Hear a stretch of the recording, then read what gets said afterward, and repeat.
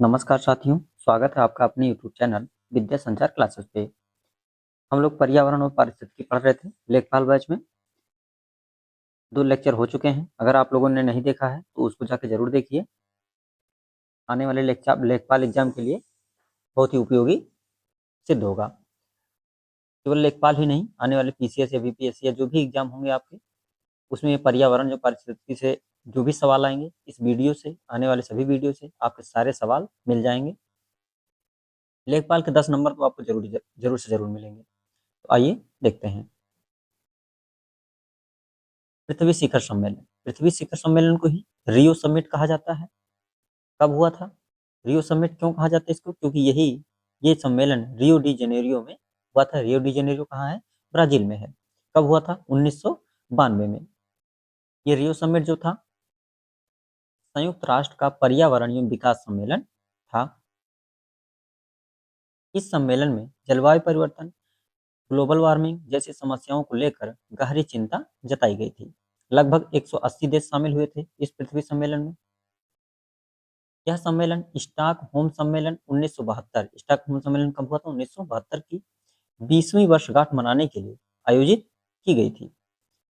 धारणीय विकास के लिए एक कार्यवाही योजना स्वीकृत किया गया। इस सम्मेलन में धारणीय विकास, जिसको सतत विकास कहते हैं, एक कार्यवाही योजना स्वीकृत किया गया, जिसे एजेंडा 21 के नाम से जाना जाता है। इसी जो सतत विकास का लक्ष्य तय किया गया था, उसी को एजेंडा 21 कहा जाता है। एजेंडा 21 क्यों नाम है इसका? क्योंकि 21वीं सदी के लिए पर्यावरणीय विकास एक कार्यक्रम था, इसीलिए इसको एजेंडा 21 कहा गया। एजेंडा 21 में क्या क्या लक्ष्य निर्धारित किए गए? देखिए, जैविक विविधता का सर्वेक्षण और संकटग्रस्त जीवों का संरक्षण करना, विकासशील देशों में गरीबी निवारण व जनसंख्या नियंत्रण, पूंजी स्थानांतरण को उदार बनाने पर बल देना, खाद्य, स्वच्छ जल और सामाजिक सुरक्षा मुहैया कराना, ये एजेंडा 21 के कुछ मुख्य लक्ष्य थे। आगे देखते हैं। पृथ्वी सम्मेलन +5। ये +5 क्यों किया गया? जो रियो सम्मेलन 1992 में हुआ था, पृथ्वी सम्मेलन 1992 में हुआ था, उसी के 5 वर्ष बाद अर्थात 1997 में पृथ्वी सम्मेलन +5 हुआ। मतलब 5 साल बाद हुआ, इसीलिए पृथ्वी सम्मेलन +5 कर दिया गया। इसी को रियो +5 कहते हैं। रियो समिट की समीक्षा हेतु में लगे। ये क्यों हुआ था? 1997 में पृथ्वी सम्मेलन जो हुआ, वो रियो समिट जो 1992 में हुई थी, उसकी समीक्षा हेतु या मूल्यांकन करने के लिए ये सम्मेलन आयोजित किया गया। कब हुआ था? 23 से 27 जून को 1997 में ये हुआ था। कहाँ पे हुआ था? ये बहुत पूछा जाता है एग्जाम में। न्यूयॉर्क में हुआ था। संयुक्त राष्ट्र महासभा ने एक विशेष बैठक का आयोजन किया था। क्या हुआ इस सम्मेलन में? क्या संयुक्त राष्ट्र महासभा ने एक विशेष बैठक का आयोजन करके इस सम्मेलन का आयोजन किया था। उद्देश्य क्या था? सतत विकास पर हुई प्रगति को देखना। रियो समिट में जो एजेंडा 21 का लक्ष्य रखा गया था, उसमें देखा जा रहा था कि इस सम्मेलन का मुख्य उद्देश्य ये था कि सतत विकास पर क्या प्रगति हुई। आगे देखते हैं। रियो 10 या बोलो पृथ्वी सम्मेलन +10। ये क्यों हुआ? कि जो 1992 के 10 साल बाद ये सम्मेलन का आयोजन हुआ, इसीलिए इसको क्या किया गया? रियो +10 कर दिया गया। 26 अगस्त से 4 सितंबर 2002 के बीच में इसका आयोजन हुआ। अब रियो +10 है या पृथ्वी सम्मेलन +10 है, तो इसका मतलब ये मत समझ लीजिएगा कि ये रियो डी जेनेरियो में ही हो रहा है। ये सम्मेलन कहाँ हुआ था? जोहान्सबर्ग में हुआ था। जोहान्सबर्ग कहाँ है? दक्षिण अफ्रीका में है। सतत विकास पर विश्व शिखर सम्मेलन था। ये क्या था? सतत विकास पर विश्व शिखर सम्मेलन था। गरीबी, जल, ऊर्जा, स्वास्थ्य और पर्यावरण क्षरण पर ध्यान केंद्रित किया गया। इसमें सम्मेलन में क्या किया? गरीबी पर, जल पर, ऊर्जा पर, स्वास्थ्य पर और पर्यावरण क्षरण पर ध्यान केंद्रित किया गया। फिर अगला है रियो 20 सम्मेलन। कब हुआ? लग 1992 के 20 साल बाद अर्थात 2012 में। 20 से 22 जून 2012 में इस सम्मेलन का आयोजन किया गया। कहाँ पे हुआ? रियो डी जेनेरियो में ये सम्मेलन हुआ था। पहला सम्मेलन पृथ्वी सम्मेलन कहाँ हुआ था? रियो डी जेनेरियो में हुआ था। और फिर 20वां मतलब 20 साल बाद जो सम्मेलन आयोजन हुआ, रियो 20 पृथ्वी सम्मेलन +20, वो भी कहाँ हुआ? ब्राजील में हुआ, रियो डी जेनेरियो में। पृथ्वी सम्मेलन की 20वीं वर्षगांठ थी। कौन सी वर्षगांठ? 20वीं वर्षगांठ थी। घोषणा पत्र का जो शीर्षक था, द फ्यूचर वी वांट। ये कई बार एग्जाम में पूछा गया है कि पृथ्वी सम्मेलन की 20वीं वर्षगांठ जो 2012 में आयोजित हुई, उसके शीर्षक, घोषणा पत्र का शीर्षक क्या था? The future we want. इस सम्मेलन में जनसंख्या नियंत्रण, गरीबी उन्मूलन, सतत विकास, सामाजिक समानता इत्यादि पर विचार किया गया। इस सम्मेलन में भारत ने हरित अर्थव्यवस्था पर जोर दिया। भारत ने किस पर जोर दिया? हरित अर्थव्यवस्था पर जोर दिया। कि सीधा एग्जाम में पूछ सकता है, इस सम्मेलन में भारत ने किस पर जोर दिया? तो हरित अर्थव्यवस्था पर जोर दिया। सतत विकास के लिए इस सम्मेलन में कोई स्पष्ट रणनीति नहीं बनाई गई। जो सतत विकास का लक्ष्य एजेंडा 21 पृथ्वी सम्मेलन 1992 में तय किया गया था, उस पर कोई विशेष रणनीति नहीं बन पाई, सहमति नहीं बन पाई सभी देशों के बीच में। धारणीय विकास पर संयुक्त राष्ट्र सम्मेलन है। यह क्या है? यह पृथ्वी में धारणीय विकास पर एक संयुक्त राष्ट्र सम्मेलन था। आगे देखते हैं। अगला टॉपिक है वैश्विक पर्यावरण सुविधा, ग्लोबल इन्वायरमेंट फैकल्टी, GEF। इसकी स्थापना 1991 में हुई थी। 1991 में इसकी स्थापना हुई थी। यह संकटग्रस्त क्या काम करता है? संकटग्रस्त पारिस्थितिकी तंत्रों को संरक्षित करने में अपनी भूमिका निभाता है। जो संकटग्रस्त पारिस्थितिकी तंत्र हैं, उनको संरक्षित करने में अपनी भूमिका निभाता है। UNFCCC के तहत अल्प विकसित देशों को अल्प विकसित देश निधि उपलब्ध कराता है। संयुक्त राष्ट्र विकास कार्यक्रम UNDP, संयुक्त राष्ट्र पर्यावरण कार्यक्रम UNEP एवं विश्व बैंक GEF के साथ जुड़े हुए हैं। ये सभी संगठन जो क्या हैं, इसके ग्लोबल इन्वायरमेंट फैकल्टी के साथ जुड़े हुए हैं। अब कुछ संस्थाओं के लिए GEF वित्तीय कार्य के रूप में कार्य करता है, वित्तीय क्रियाविधि के रूप में कार्य करता है। कौन कौन से संस्थाएं हैं? जैव विविधता पर अभिसमय, जैव विविधता के लिए जो संगठन है, उसके लिए ये वित्तीय कार्य करता है। जलवायु परिवर्तन पर संयुक्त राष्ट्र ढांचा अभिसमय, मरुस्थलीकरण के लिए विरुद्ध संयुक्त राष्ट्र अभिसमय, अस्थायी जैव प्रदूषकों पर स्टॉकहोम अभिसमय और पारा पर मिनीमाता अभिसमय। इनके लिए क्या करता है? ये वित्तीय क्रियाविधि के रूप में कार्य करता है। ये वित्तीय सहायता देता है। कुछ संगठन और संस्थान को हम लोग देखते हैं। नीरी, कई बार एग्जाम में पूछा गया है, राष्ट्रीय पर्यावरण अभियांत्रिकी शोध संस्थान। नीरी को क्या कहा जाता है? राष्ट्रीय पर्यावरण अभियांत्रिकी शोध संस्थान। ये कहाँ पे है? नागपुर, महाराष्ट्र में। स्थापना कब हुआ? 1958 में। केंद्रीय लोक स्वास्थ्य अभियांत्रिकी शोध संस्थान CPMERI के रूप में इसकी स्थापना हुई थी।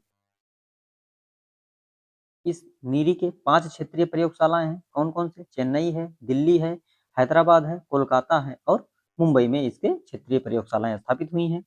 यह विज्ञान एवं प्रौद्योगिकी मंत्रालय के अधीन कार्य करता है। नीरी किसके अधीन कार्य करता है? विज्ञान और प्रौद्योगिकी मंत्रालय के अधीन कार्य करता है। अगला है NEAA, नेशनल एनवायरमेंट अथॉरिटी, राष्ट्रीय पर्यावरण अपीली प्राधिकरण। क्या है? राष्ट्रीय पर्यावरण अपीलीय प्राधिकरण, NEAA। गठन कब क्यों हुआ इसका? वन एवं पर्यावरण मंत्रालय द्वारा इसका गठन किया गया था। वर्तमान में वन और पर्यावरण मंत्रालय का नाम बदलकर क्या कर दिया गया है? पर्यावरण, वन एवं जलवायु परिवर्तन मंत्रालय इसका नाम कर दिया गया है।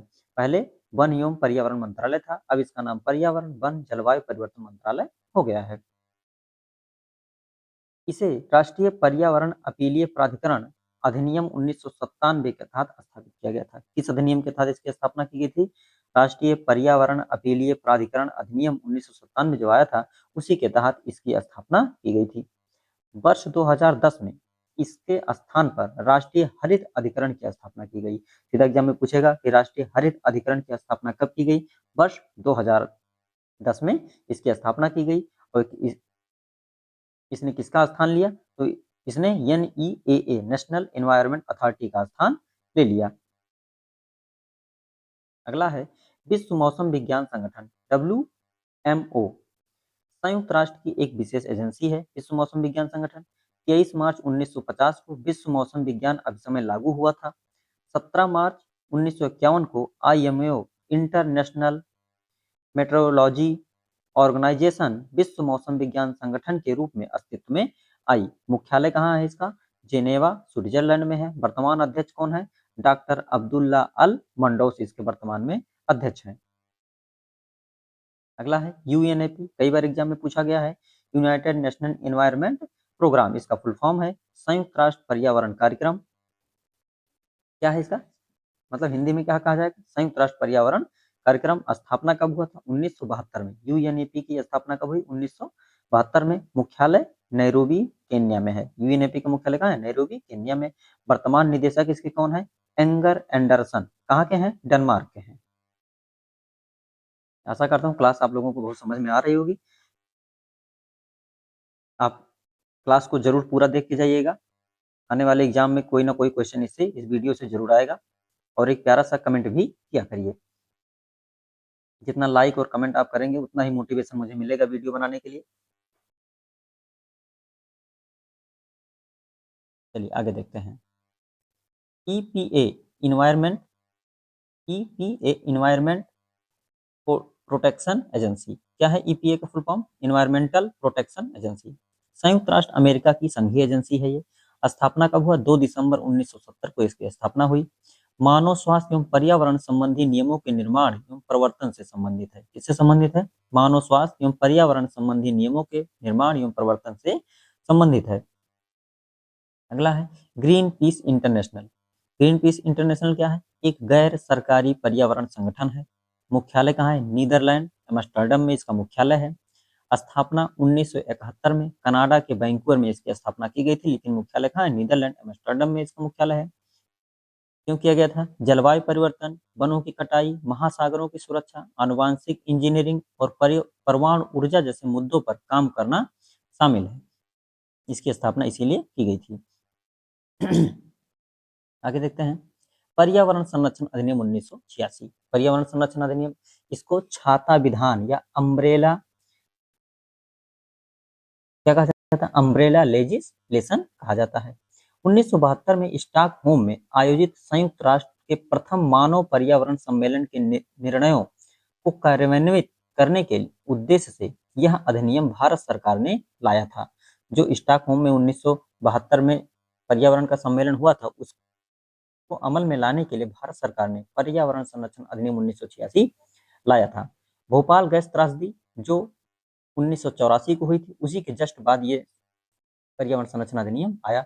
भोपाल गैस त्रासदी के बाद संविधान के अनुच्छेद 253 के तहत इस अधिनियम को पारित किया गया था। एग्जाम में पूछेगा किस अनुच्छेद के तहत पर्यावरण संरक्षण अधिनियम को पारित किया गया है, तो बताएंगे आप लोग 253 के तहत। इस पर्यावरण संरक्षण अधिनियम में जेनेटिक इंजीनियरिंग अनुमोदन समिति का गठन इसी अधिनियम 1986 के अधीन किया गया था। जेनेटिक इंजीनियरिंग अनुमोदन समिति का गठन 1986 अधिनियम के तहत किया गया था। पूछ लेगा एग्जाम में कि जेनेटिक इंजीनियरिंग अनुमोदन समिति का गठन किस अधिनियम से किया गया था, तो आप लोग याद रखिएगा 1986 के। लेकिन अब जेनेटिक इंजीनियरिंग अनुमोदन समिति का नाम बदलकर 2010 में 22 जुलाई 2010 में इसका नाम बदलकर क्या कर दिया गया है? अनुवांशिक अनुवांशिक इंजीनियरिंग आकलन समिति। क्या कर दिया गया इसका नाम? अनुवांशिक इंजीनियरिंग आकलन समिति इसका नाम कर दिया गया है। इसी अधिनियम के तहत केंद्रीय भूजल प्राधिकरण का भी गठन किया गया है। केंद्रीय भूजल प्राधिकरण का काम क्या है? जमीन के अंदर पानी जो है, जिससे हम जैसे नल या मोटर के द्वारा पानी नीचे से निकालते हैं ना, उसकी गुणवत्ता की जांच करना या कहाँ पे भूजल स्तर नीचे गिर रहा है, इन सब चीजों को देखना केंद्रीय भूजल प्राधिकरण का काम है। आगे देखते हैं। राष्ट्रीय हरित अधिकरण अधिनियम 2010। स्वच्छ पर्यावरण में रहने का अधिकार। राष्ट्रीय हरित अधिकरण अधिनियम 2010 जो आया था, क्यों आया था? स्वच्छ पर्यावरण में रहने का अधिकार इसी के तहत है। लेकिन स्वच्छ पर्यावरण जो रहने का अधिकार है, इसे जीवन के अधिकार 1900 जो सॉरी अनुच्छेद 21 में क्या है? जीवन का अधिकार जो दिया गया है, उसी के अनुरूप माना जाता है स्वच्छ पर्यावरण। जैसे जीवन के अधिकार अनुच्छेद 21 में क्या दिया गया है? जीवन का अधिकार दिया गया है। उसी प्रकार जो स्वच्छ पर्यावरण है, उसको भी उसी के अनुरूप में जीवन के अधिकार के रूप में ही माना जाता है। एक राष्ट्रीय हरित अधिकरण क्या है? एक राष्ट्रीय हरित अधिकरण है। नेशनल ग्रीन ट्रिब्यूनल का गठन 18 अक्टूबर 2010 को किया गया था। राष्ट्रीय हरित अधिकरण अधिनियम जो आया था 2010, इसके तहत राष्ट्रीय हरित अधिकरण नेशनल ग्रीन ट्रिब्यूनल का गठन 18 अक्टूबर 2010 को किया गया था। सीधे एग्जाम पूछेगा हरित अधिकरण का गठन कब किया गया? 18 अक्टूबर 2010 को किया गया।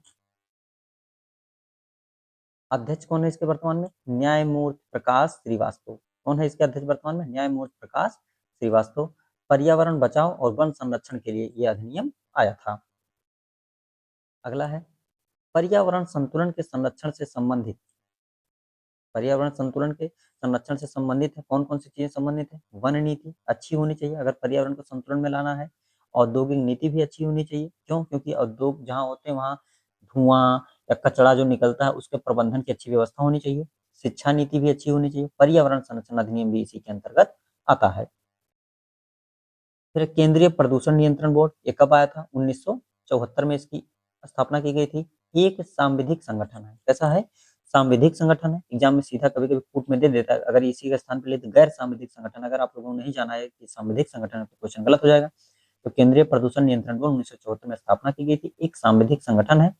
गठन क्यों किया जाता है? जल जल प्रदूषण निवारण एवं नियंत्रण अधिनियम 1974 के तहत इसका गठन किया गया था।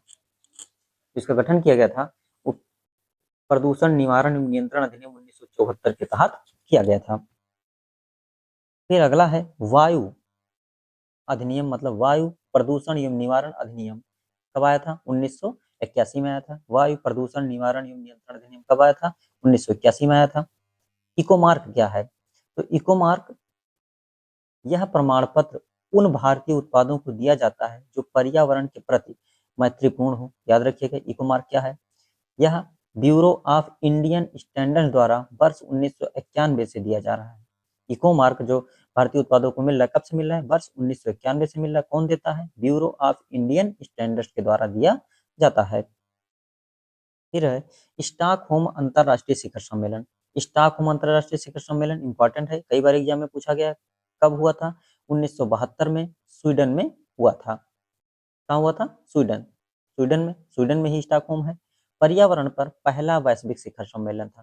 पूरी दुनिया में पहली बार पर्यावरण का वैश्विक शिखर सम्मेलन जो था यही था, स्टॉकहोम अंतरराष्ट्रीय शिखर सम्मेलन, जो 1972 में हुआ था। इसी में 5 जून को पर्यावरण दिवस मनाने का निर्णय लिया गया। इसी सम्मेलन में 5 जून को पर्यावरण दिवस मनाने का निर्णय लिया गया। प्रथम विश्व पर्यावरण दिवस वर्ष 1974 में मनाया गया था।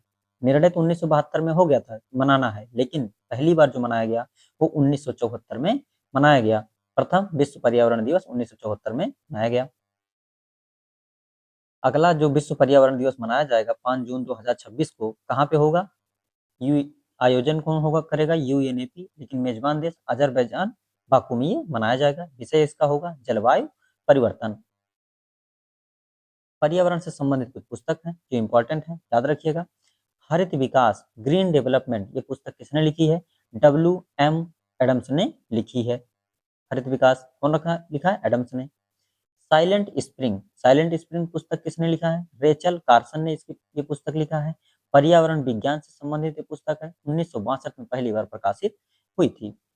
अगली पुस्तक है सिविलाइजेशन एंड क्लाइमेट, ये पुस्तक किसने लिखा है? एल्सवर्थ हंटिंगटन ने लिखा है। कौन लिखा है? हंटिंगटन ने लिखा है। 1915 में इसका प्रकाशन पहली बार किया गया था। अगला टॉपिक है मसानोबु फुकुओका कौन है? मसानोबु फुकुओका कौन है? प्राकृतिक कृषि के अन्वेषक। एग्जाम में सीधा पूछा गया क्वेश्चन है ये कि प्राकृतिक कृषि के अन्वेषक किसे माना जाता है? तो याद रखिएगा मसानोबु फुकुओका। ये कहाँ के हैं? ये जापान के हैं। क्या थे ये? किसान एवं दार्शनिक थे। ग्रीन आर्मी किससे संबंधित है? तो ग्रीन आर्मी पर्यावरण संरक्षण से संबंधित है। इसने किस देश ने शुरू किया था? ऑस्ट्रेलिया ने शुरू किया था। इसमें 17 से 24 वर्ष के 15,000 युवाओं ने भाग लिया था। ग्रीन वॉश क्या है? तो ग्रीन वॉश पर्यावरण संरक्षण का झूठा वादा। अगर वो कोई भी कंपनी जो होती है, अगर वो अपनी कोई भी उत्पाद लॉन्च करती है और उसको क्या करती है? प्रचार करवाती है, विज्ञापन निकलवाती है, ये उत्पाद जो है पर्यावरण के लिए अच्छा है और वाकई में वो पर्यावरण के लिए अच्छा नहीं हो, लोगों को गुमराह कर रही हो, तो इसी को कहा जाता है ग्रीन वॉश। क्या करना? ग्रीन वॉश करना, पर्यावरण लाभों के बारे में लोगों को गुमराह करना, मतलब पर्यावरण संरक्षण के प्रति झूठा वादा करना ही क्या है? ग्रीन वॉश है। तो आशा करता हूँ वीडियो आप लोगों को पसंद आई होगी। चैनल पर नए हैं तो लाइक कर दीजिए, सब्सक्राइब कर दीजिए, शेयर कर दीजिए और जो भी आपके परिचय में लेखपाल की तैयारी करने वाले लोग हैं, उनसे ये वीडियो आप लोग ज़रूर शेयर करिए। उनके लिए ये वीडियो बहुत हेल्पफुल होगा। धन्यवाद।